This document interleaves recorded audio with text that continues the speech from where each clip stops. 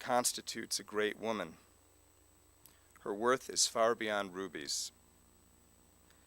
She gives generously to the poor and extends a hand to the needy. She is robed in strength and dignity and cheerfully faces whatever may come. She opens her mouth with wisdom. She oversees the activities of her household and eats not the bread of idleness. Her children come forward and bless her. Her husband praises her, saying, "Many women have done well, but you surpass them all." Charm is deception and beauty is illusory. But a woman who reveres eternal values is much to be praised. Place before her the fruit of her hands. Wherever people gather, her deeds speak her praise.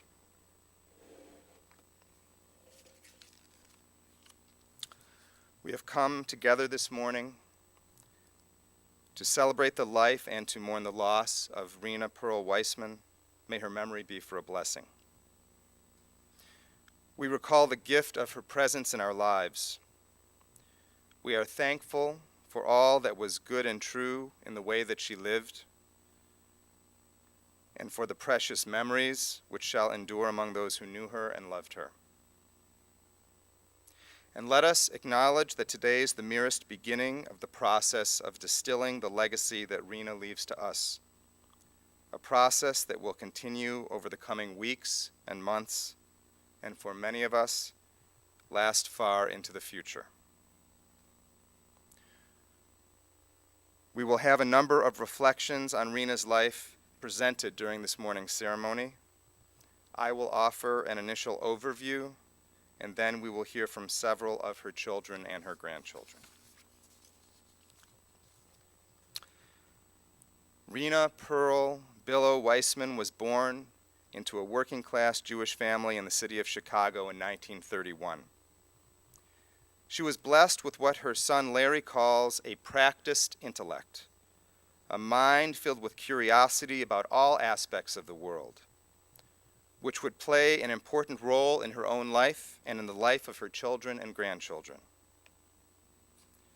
Rena's deep desire to always be learning something new led to a level of academic achievement that resulted in her being the first person in the history of her family to receive a college degree. Not surprisingly, the focus of Rena's college studies was the very process of learning as she decided to major in education and received her bachelor's degree from the University of Miami at Coral Gables in the early 1950s. While she was still in high school, before going off to college, she had been introduced by a friend to a young man a few years her senior named Norm Weissman. They had their first date on a neighborhood playground in Humboldt Park in Chicago. Norm was about to go off to do his military service just as the Second World War was coming to a close, but he made it clear to Rena that upon his return, he intended to be back in her life.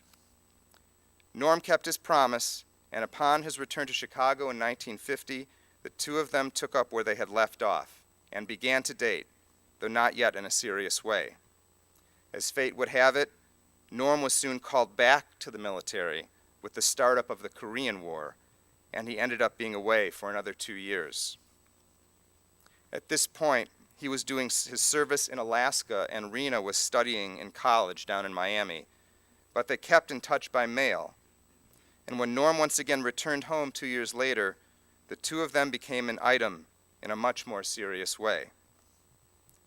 And just about 1 year later, in August of 1953, they were married. Soon after this, the young couple moved from Chicago to Cleveland in order for Norm to pursue a professional opportunity, and it was there, or here, that they would end up living for the rest of their lives. But Rena never lost her deep appreciation for her hometown of Chicago.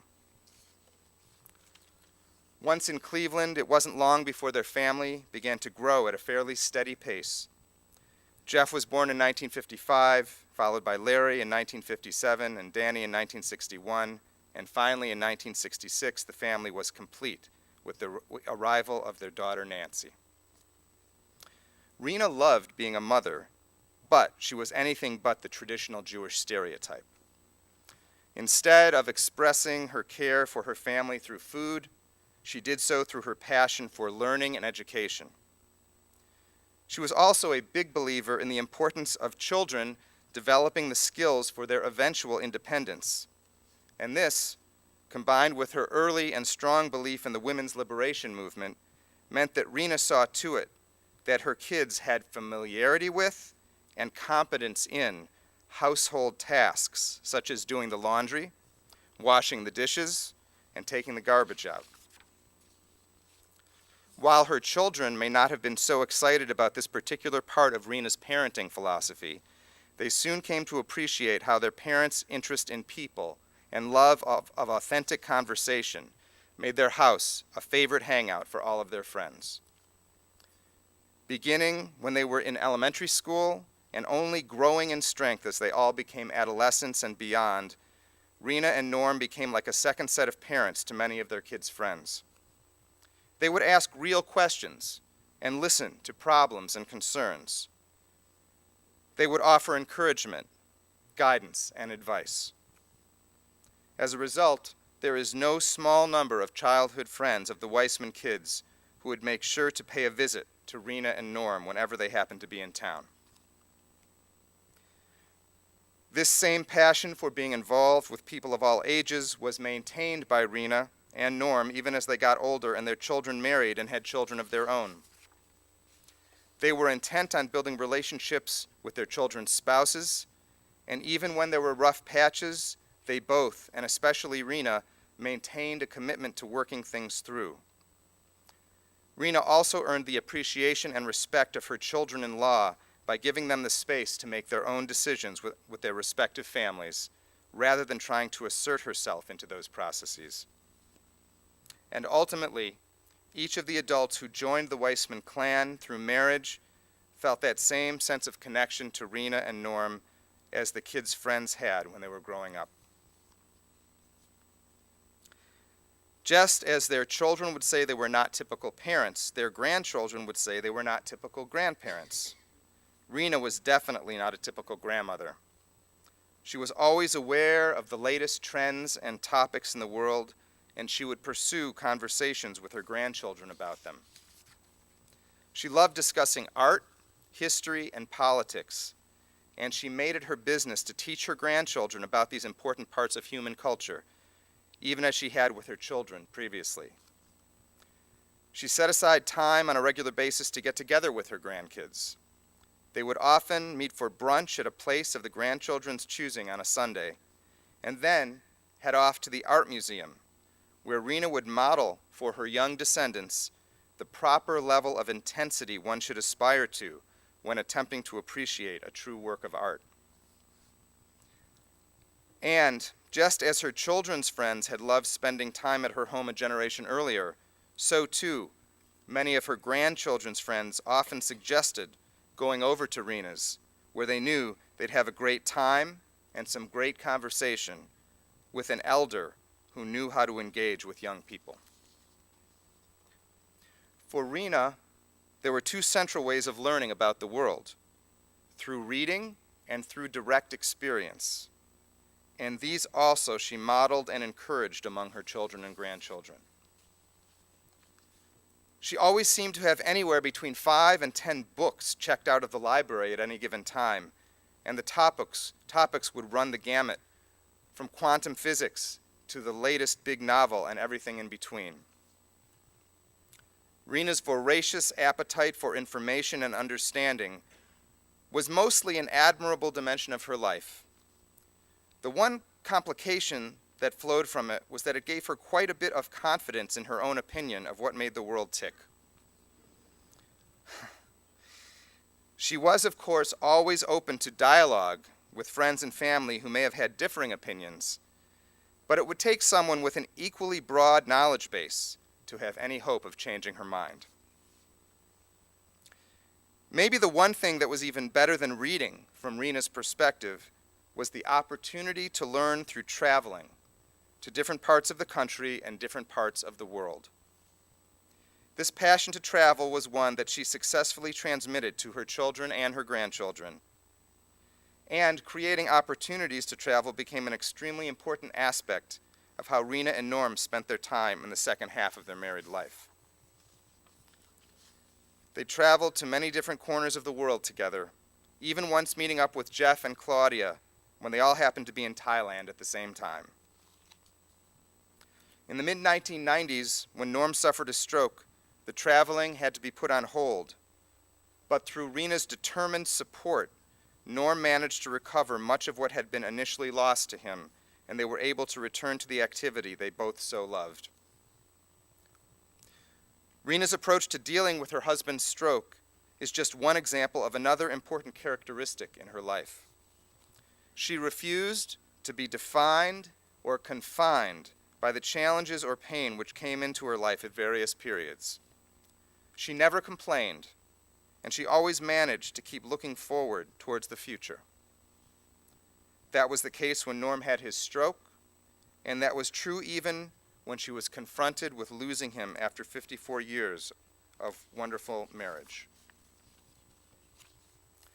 The only time that her family ever heard her share a concern about her life was in connection with the macular degeneration she suffered from in one eye. And that was only due to her fear of possibly losing her sight entirely, and with it her treasured independence as well as her ability to read. Over the past decade, Rena continued to be active and to learn new things. She lived on her own and mostly got herself around in her own car. She had a robust social life and was a dedicated volunteer at places like the Maltz Museum. She continued to be interested in progressive political causes as she had been her entire life. And perhaps most inspiringly, she continued to travel. Many of you here today know that she returned from what was to be her final journey in this life quite recently, after having spent an entire month in South Africa, participating at the age of 85 in a wide range of sightseeing activities, including a jungle safari. She returned home to Cleveland just over a week ago, with a full calendar of activities awaiting her. And then, a few days later, unexpectedly, but in a way that those who loved her most felt was incredibly fitting, considering who she was and what she valued, she gently and unobtrusively took her leave from this life. May Rena's memory and her example always be for a blessing. At this time, I'd like to invite her middle son, Larry, to come forward to share some reflections.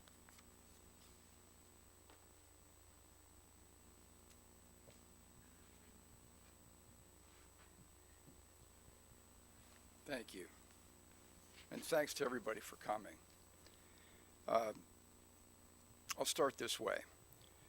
Greenland, Mexico, Guatemala, Honduras, Costa Rica, Venezuela, Brazil, Chile, the United Kingdom, Norway, Finland, Sweden, Portugal, Spain, France, Italy, Turkey, Greece, Israel, Egypt to ride the camels, Namibia, China, where she walked the Great Wall with my father, Botswana, Swaziland, Thailand, Sri Lanka, Vietnam, Cambodia, India, and as the rabbi mentioned 6 weeks ago, in South Africa on safari.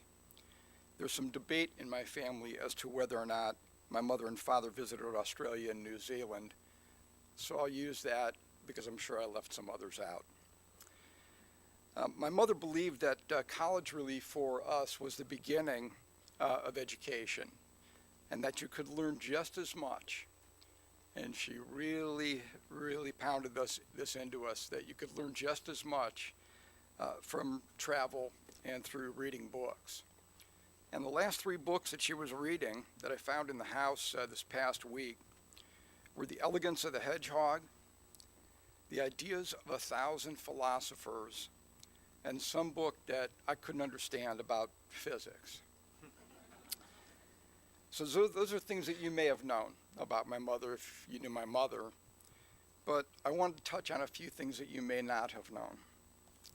On Sunday mornings, my mother would dress in black. And she dressed in black because she had to read the New York Times from start to finish. And she wasn't going to get any of the print dust on her clothes. So it's something that a lot of people didn't know, but it was common on a Sunday morning to see my mother dressed in black. My mother couldn't ride a bicycle, never learned to ride a bicycle in Chicago. And the one time we had her down south to ride a bicycle at Callaway Gardens, she promptly hit a wall and broke her wrist. That was the last time my mother rode a bicycle. She was deathly afraid of heights. And I can't tell you how much fun my brothers and I had with that. One time in Europe as kids, we were in Luxembourg, a moat surrounding some castle, I forget the details, and my mother standing a little bit out of the way of the moat. Jeff and I slapping each other around, standing up on a high ledge. I pretend to lose my balance and drop down to what my mother thought was a 50-foot drop and certain death, to a ledge that was about 5 feet below where I was standing. And I did the whole cartoon thing, you know, ruined my mom's day. It was a tough day. My mother couldn't sing. And if you were subjected to my mother's singing, I apologize on behalf of my family. Her humming was significantly worse. There would be a song in the background, and my mother would start to hum, and it was nothing like what was coming over the radio or the background music, and so we apologize for that. My mother took no pride in her cooking or her baking. And there were times as children and as adults where we were really afraid to eat. And my friends know this because they suffered through this with us, but we did gather together quite a bit for ostensibly meals.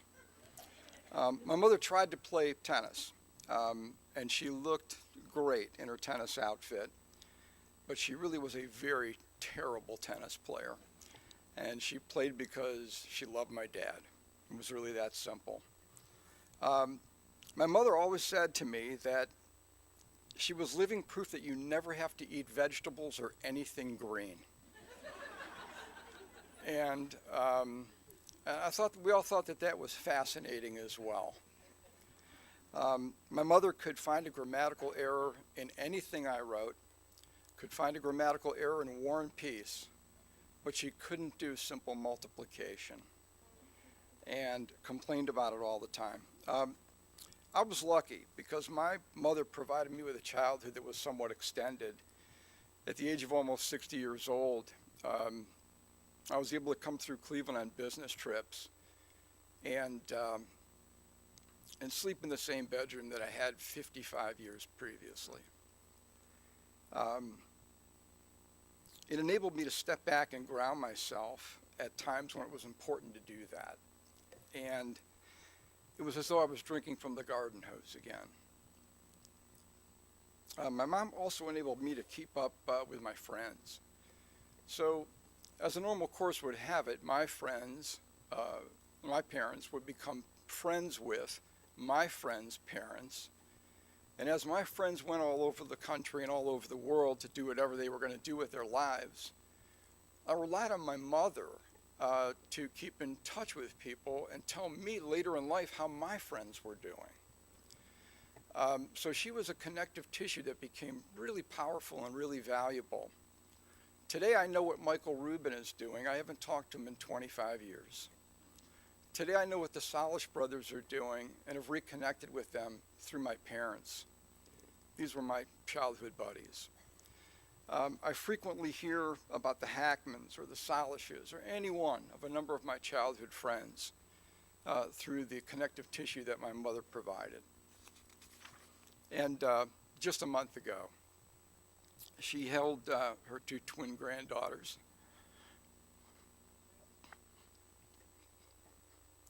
I was corrected, great-granddaughters. So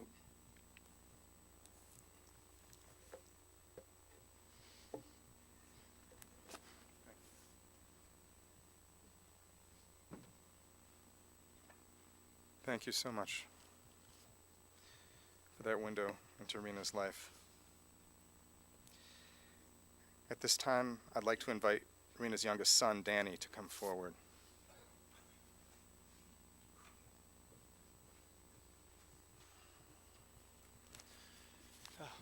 Thank you all for being here today. I want to say a brief little statement about my sons, Jake and Leo. They had a very special relationship with my mother.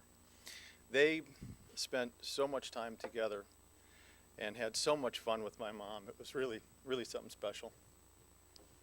I'm getting the volume sign in here. And also my wife, Kelly.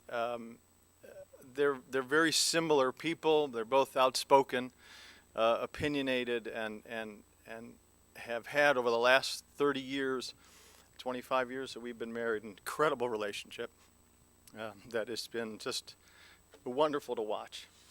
So, but I want to share with you some of the things that my mom loved, some of the things that you know about. Of course, her love of reading and her love of books. And we would have Mother's Day brunch every year at my house, and I would give her a book. And inevitably, I would give her that book, and she would say, "Oh yeah, I read it. That's a great book. You read it, and then we'll talk about it." So the next year, I'd give her another book. "Oh yeah, that book was garbage.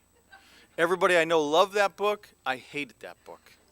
She knew and had read everything. It became a joke between us that she just said, "Get me a gift certificate. I've read everything I need to know." When we would have parties at my house, inevitably somebody would come up to me at the end of the party and say, "I met your mother for the first time. That woman knows everything about everything. She was incredible. I loved meeting her. I loved talking to her. It was so much fun. She's such a great lady." That's the response I would get from anybody who met my mom for the first time and had a conversation with her. It was absolutely incredible. She loved to read. She wanted me to read more, and she always pestered me about it, and I certainly will do more of that.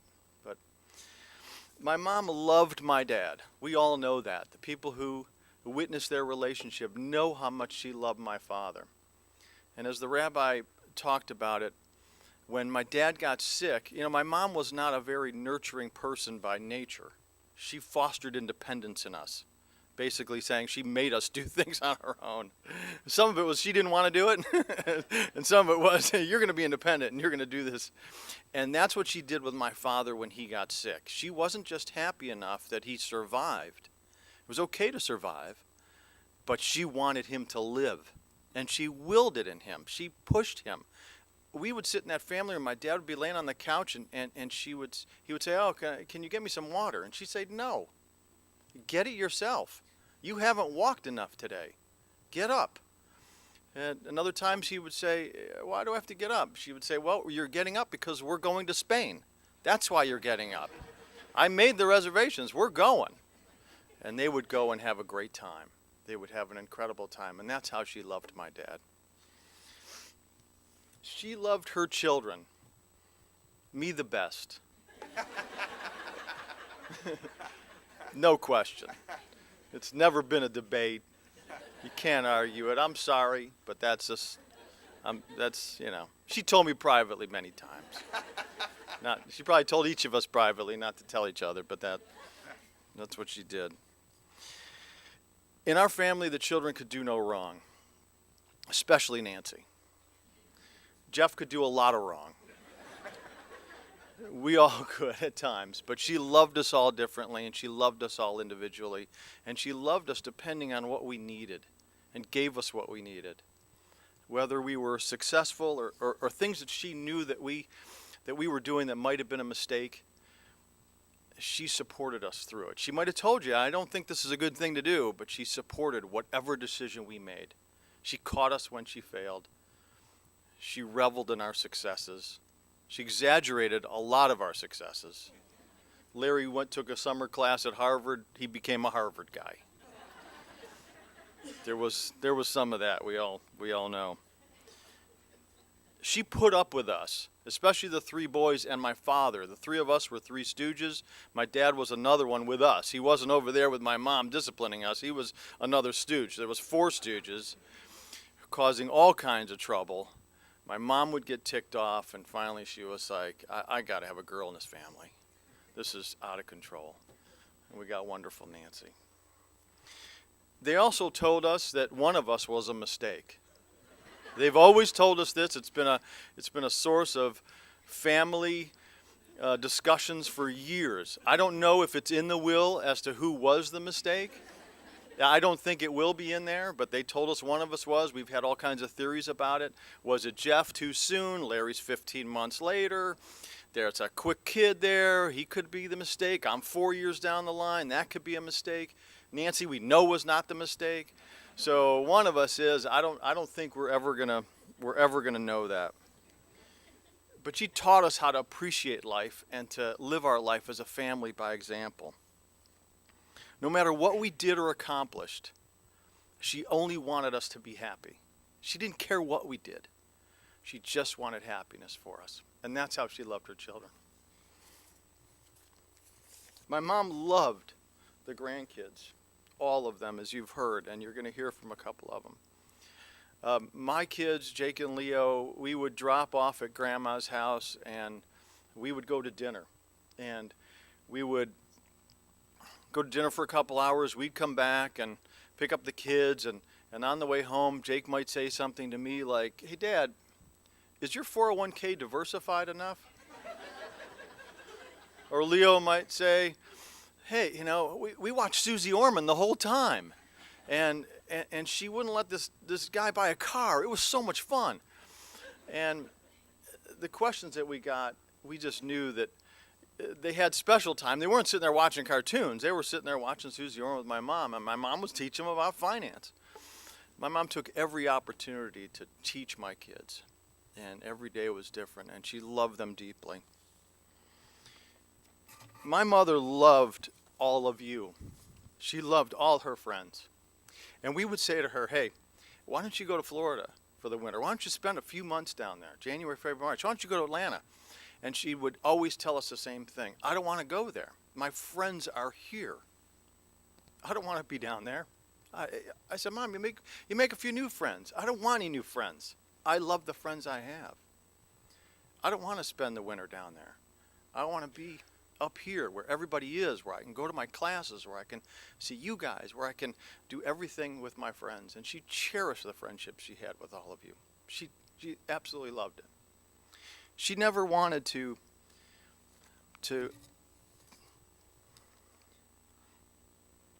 she never wanted to leave. But my mom was not afraid to die. We talked about it, and she told me, she specifically said, I'm not afraid to die, I'm afraid of suffering. I don't want to suffer. I don't want to go through an extended illness. My mom got exactly what she wanted. She lived an incredible full life in a home she never wanted to leave, with a family she loved and friends that she loved dearly.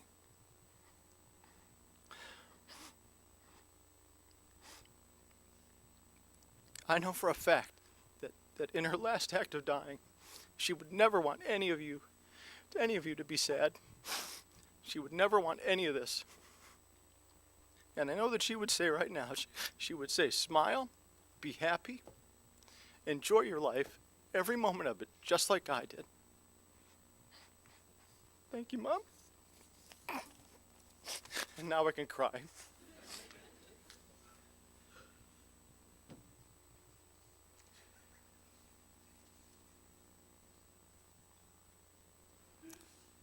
Thank you for those beautiful words, Danny.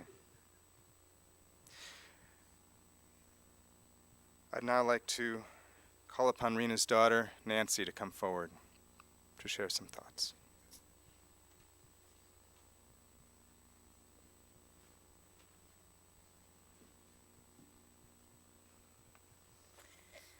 Okay. It's hard. I'd like to begin with a quote that is quite relevant for me in relation to my mother. This is from Robert Heinlein.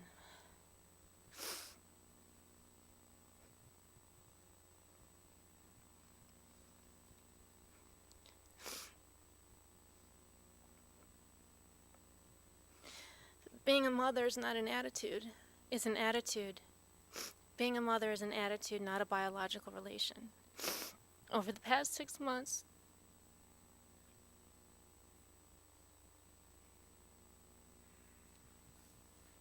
my mother and I spoke a lot about who I am in relation to her.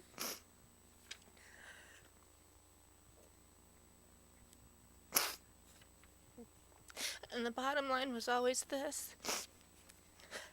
Mom, at 50 years old, I am who I am because of you. I'm thankful for who I am and proud to be Rena Weissman's daughter. Okay. Okay. I'm going to continue with another quote. This one is by Dorothy Parker. The best way to keep children at home is to make the home atmosphere pleasant and let the air out of the tires.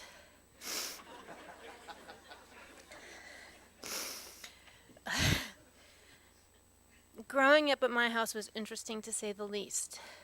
Between my brothers and my extremely odd and entertaining father, the air was always out of the tires. Life at 2287 Glendon Road was wonderful, and the heartbeat of the house was the family room. We grew up in typical 1970s fashion, having nightly dinner together as a family, always. My mom would then clean the kitchen while my brothers and I would finish our homework, I think. Someone would then do the candy run to Refco and get Hershey bars or Cadbury. And then we'd settle into the family room to watch Jeopardy and MASH and All in the Family and Mary Tyler Moore, what was ever on. As you may know, my mother never left that house on Glendon. It has been beyond wonderful to watch my children and all of her beloved grandchildren grow up in that same family room. The kids absolutely loved going to Grandma's house. There, we all congregated in the family room, no matter how many of us there were. If it was just my boys and I making the visit, then Ben would inevitably end up on the couch, no matter how many people were there first, sprawled out. Gabe, back here, he would usually sidle up to my mom and help her navigate her iPad. Or Sam would sit next to my mother, and they'd both read the Sunday paper. I had given up cable television a couple years ago, and my mom was very grateful for that, because she knew that if there was a Browns game, a Cavs game, or as of late a primary debate on TV, we would be there in the family room to watch with her. And for the past 17 years, I have had the incredible pleasure of watching my mother's grandmother. She was incredible. She loved spending time with these kids more than anything. Aunt Elena, her only granddaughter in the area, and my mother had a terrific relationship. They'd go to Nordstrom, and if you know my mom, they'd go and they'd stock up on perfume samples, and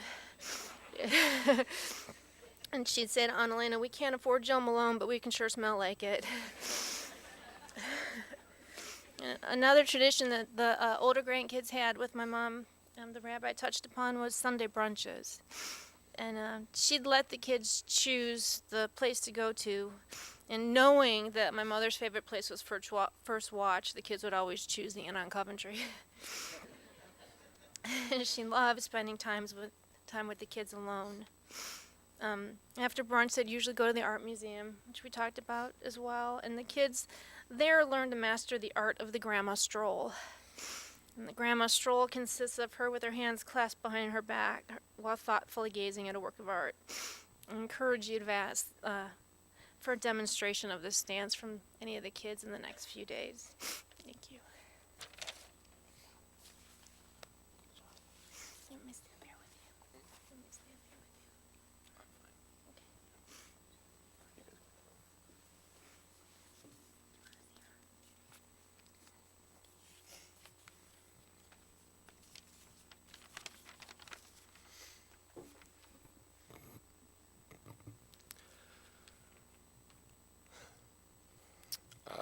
I'd like to begin my speech with one word.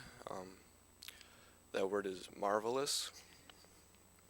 And if you knew my grandma, that was her favorite word to use.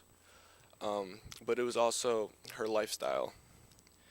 And she was a culturist until the day she passed. She traveled the world all over, as you guys know now. She had such a love for finding new things to do and soaking in all she could.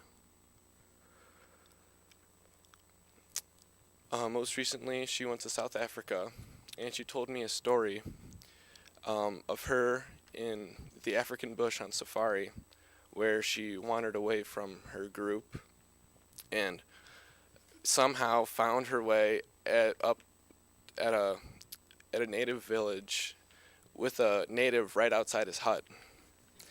And I'm going to try to do my best grandma impression right now, but this is what she told me, what she told the native.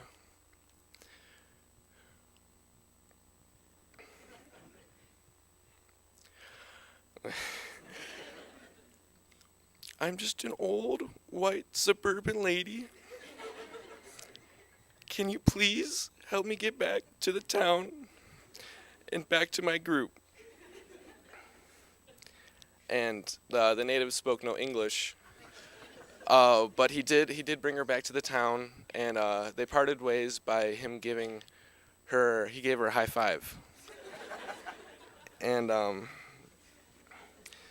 no whether it's the African bush or the Cleveland Museum of Art, my grandma would take her own time in what she did, and she would primarily do this by wandering.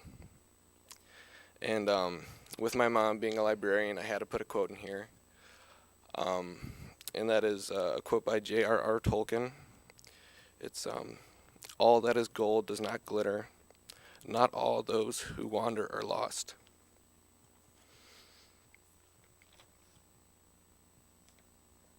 My grandma was that wanderer. She never rushed life, but took her time in searching for the things that truly made the people around her and herself happy. This brings to my attention that maybe structure in life isn't always the best thing, and that maybe people need to wander more often like my grandma did. I think I speak for most people in here, saying that the world lost the most marvelous person in my grandma, Rena Weissman.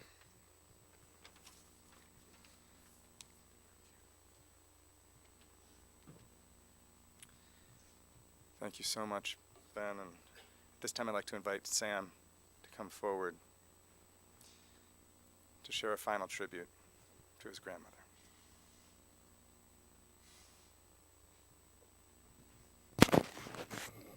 Hello.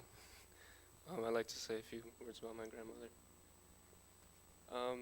My grandmother was the honest-to-God definition of one of a kind.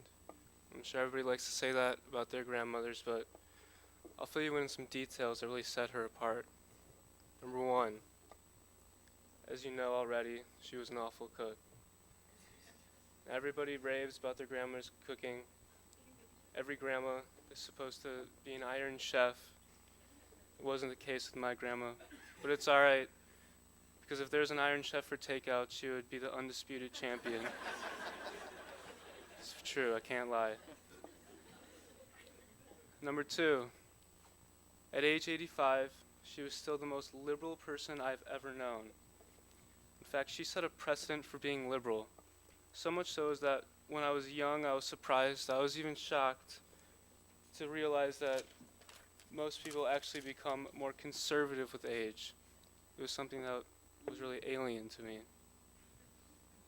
Number three, she was probably more social in her later years, than I am now as a 17-year-old. She was always out and about with her friends and family. And number 4, she was fiercely independent. She wasn't ever afraid to speak her mind or speak the truth. And at her age, at age 85, she still made it by on her own, in her house, on her own terms. My grandma liked to do things in excess. She dressed in excess. Her outfits were a mix of Jewish grandmother socialite chic and the latest fashion trend from Mars.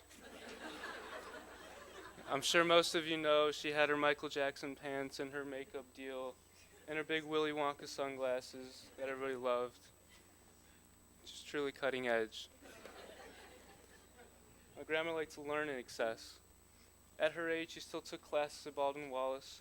She still stayed engaged in widening her knowledge, expanding her intellect. She always had a book open, as you all know now. My grandma liked to travel. She liked to see the world in excess.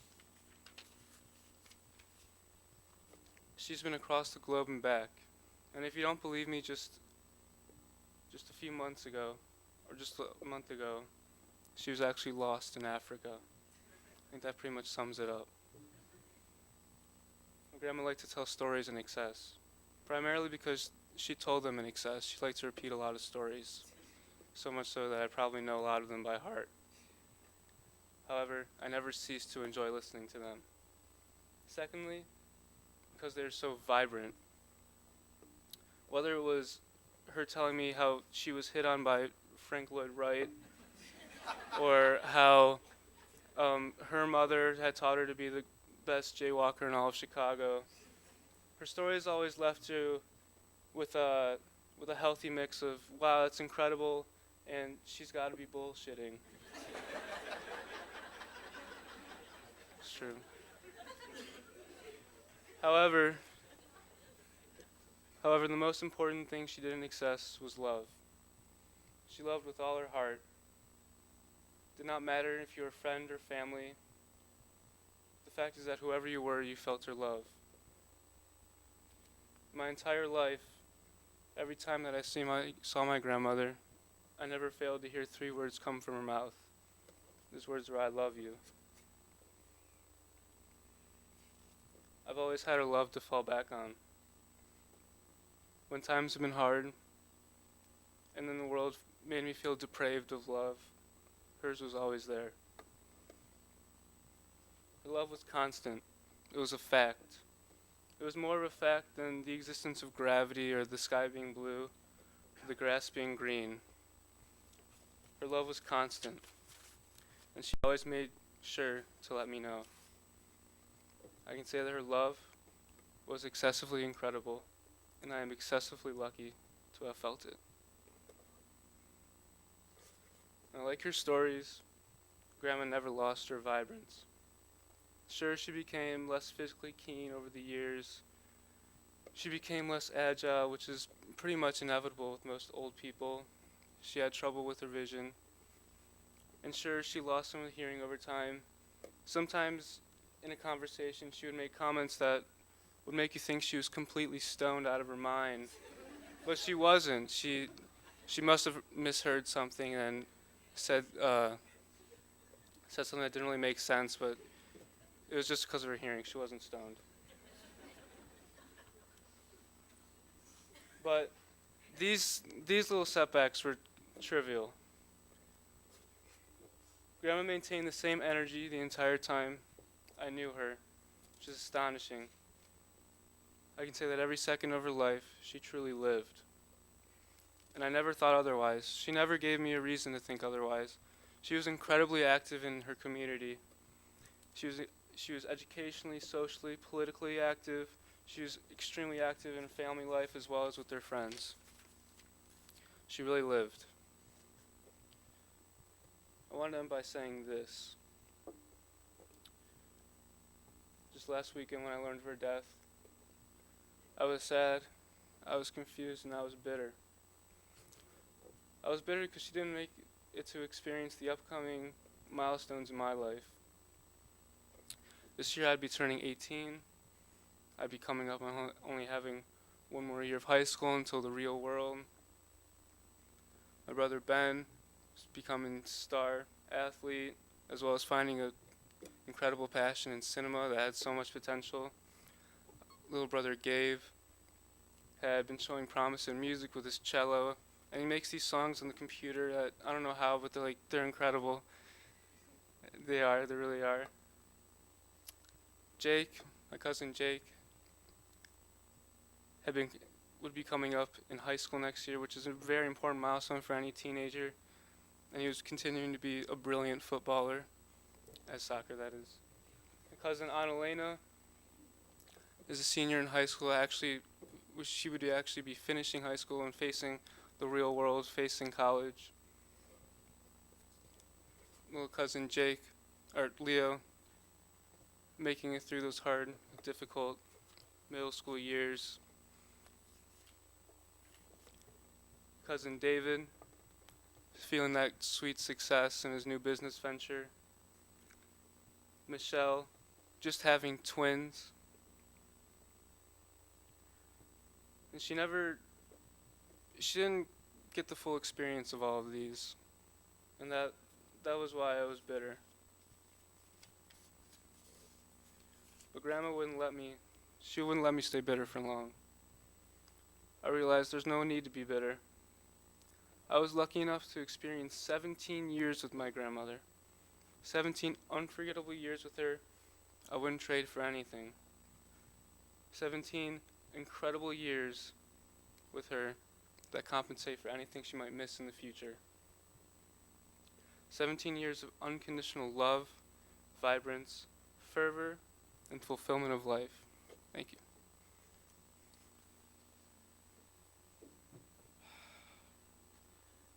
Thank you very much, Sam. Thanks to all of you for those beautiful and moving tributes to Rena. At this time, I'd like to invite everyone to please rise for the chanting of the memorial prayer.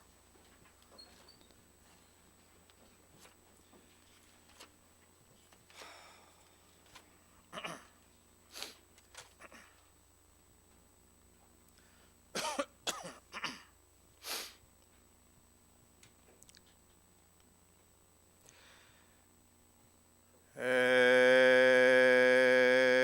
Malei Rachamim Shochein Bamromi Hamsei Menucha Nechona Tachat Kanfei HaShechina B'malot kedoshim utehorim kezohar haraki amazirim et nishmat Rena bat Jack Vasilvia Shalcha leolama Ana Baal harachamim Hastireha beseter kenafecha leolamim Utzror bitzror hachayim et nishmata Adonai hu nachalata v'tanuach b'shalom al mishkava v'nomar amen.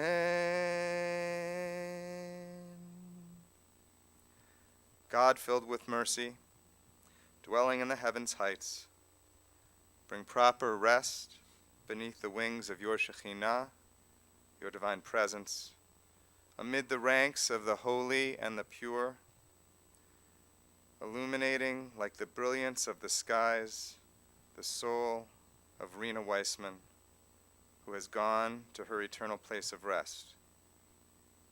May you, who are the source of mercy, shelter her beneath your wings eternally, and bind her soul among the living, that she may rest in peace. And let us say, Amen. Please be seated.